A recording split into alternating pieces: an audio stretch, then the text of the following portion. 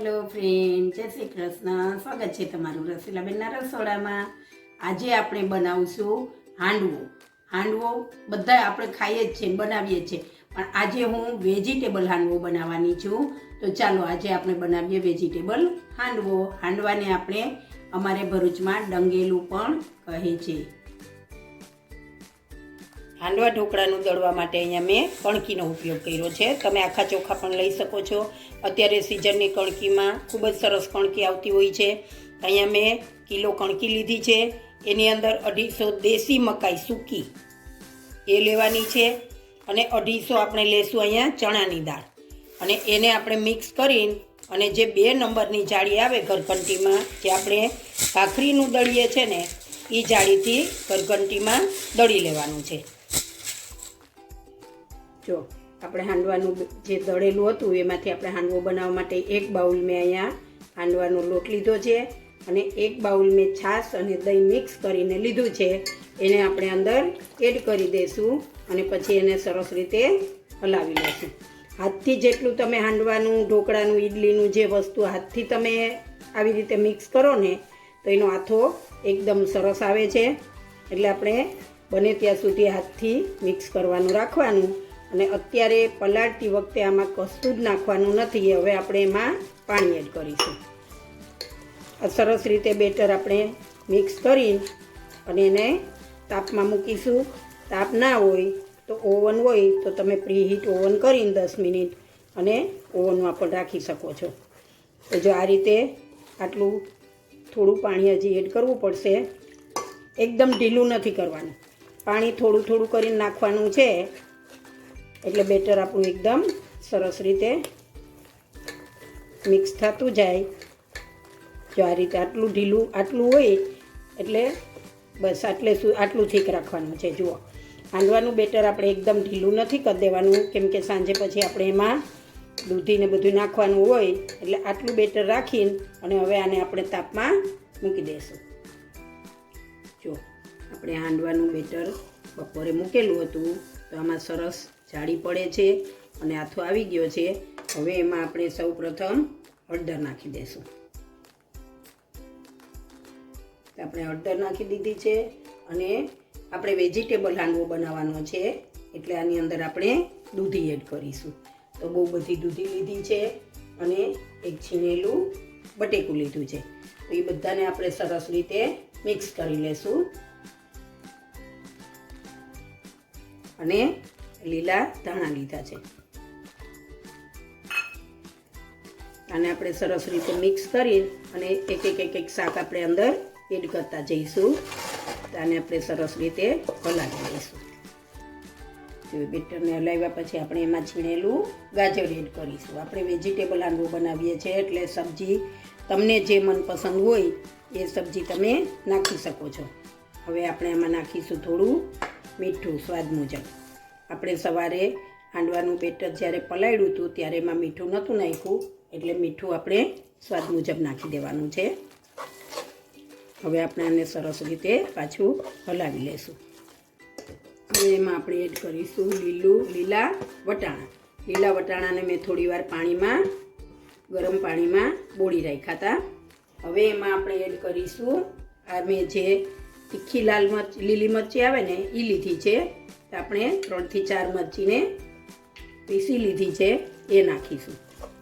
અને હવે આપણે નાખીશું આની અંદર થોડી ખાંડ, કેમ કે આથો અત્યારે ઉનાળો છે એટલે આથો આવી જાય એટલે થોડું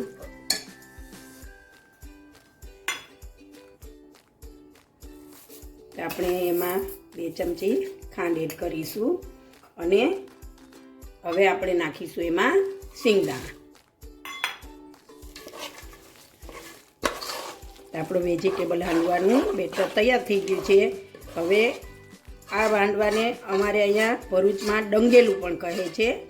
તો હાંડવો કહ્યો કે ડંગેલું. હવે ડંગેલાનું અમારે અહીંયા પ્રોપર કુકરમાં કરે છે, જે વચ્ચે કાણાવાળું આવે છે અને ઢોકળિયા જેવું એનું કુકર આવે છે.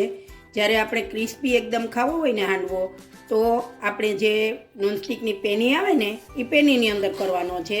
તો ચાલો આપણે પેનીની અંદર હાંડવો બનાવીશું.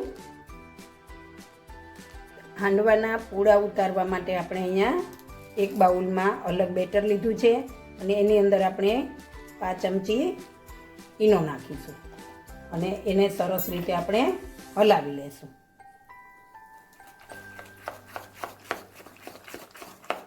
હવે આ બાજુ આપણે તેલ મૂકેલું છે.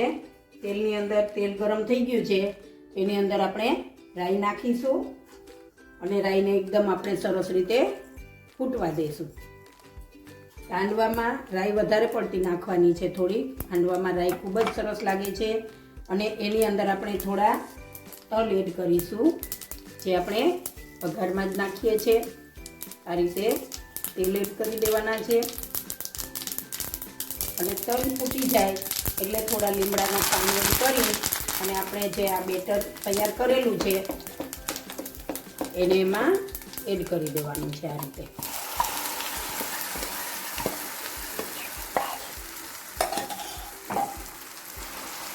અને આ રીતે આપણે સરસ રીતે હાંડવાને પાથરી દેવાનું છે. હવે ગેસની ફ્લેમ એકદમ ધીમી રાખી અને આપણે હાંડવાને ધીમા તાપે સરસ રીતે ચડવા દેવાનો છે અને એને આપણે ઉપર કવર કરી દેવાનું છે.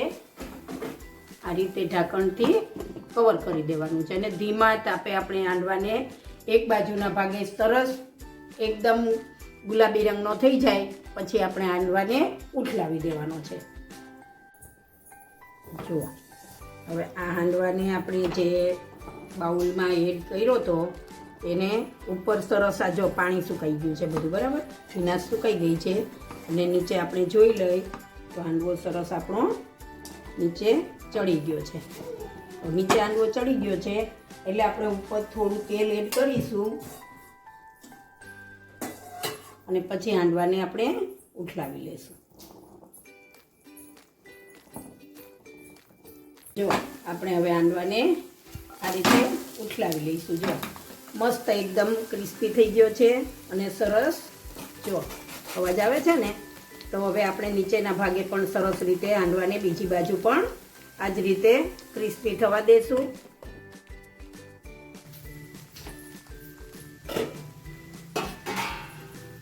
આપણો હાંડવો બીજી બાજુ પણ સરસ રીતે ચડી ગયો છે તો આપણે હાંડવાને આ રીતે થાળીમાં ઉઠલાવી લઈશું. તો જો આપણો હાંડવો બીજી બાજુ પણ સરસ ક્રિસ્પી થઈ ગયો છે અને ફૂલી પણ ગયો છે. આપણે જે બેટર નાખ્યું હતું એના કરતાં ફૂલી પણ ગયો છે. તો આપણે આ રીતે બધા જ હાંડવાના પૂડા ઉતારી લેશું. જો તૈયાર છે આપણો વેજીટેબલ હાંડવો. આ હાંડવાને આપણે ચા સાથે, મસાલાવાળા દહીં સાથે અથવા તો લાલ લીલી ચટણી કોઈ પણ સાથે ખાઈ શકીએ છીએ. આ હાંડવો આપણને ગરમ કરતાં ઠંડો ખૂબ જ સરસ લાગે છે. સવારે હાંડવાને તમે ચા સાથે ખાઓ એટલે જો આ એકદમ સરસ શાકભાજીથી ભરેલો આપણો હાંડવો એકદમ તૈયાર છે અને એને આ રીતે ચટણીમાં બોળીને અને ખવાય છે. તો તમે પણ આ રીતે હાંડવો બનાવજો અને તમે કમેન્ટ બોક્સમાં લખજો કે તમને મસાલાવાળા મારા હાંડવાની રેસીપી કેવી લાગી. જો તમને આ મારા હાંડવાની રેસીપી ગમી હોય તો મારા વિડીયોને લાઈક કરો, શેર કરો અને મારી ચેનલને સબસ્ક્રાઈબ કરો.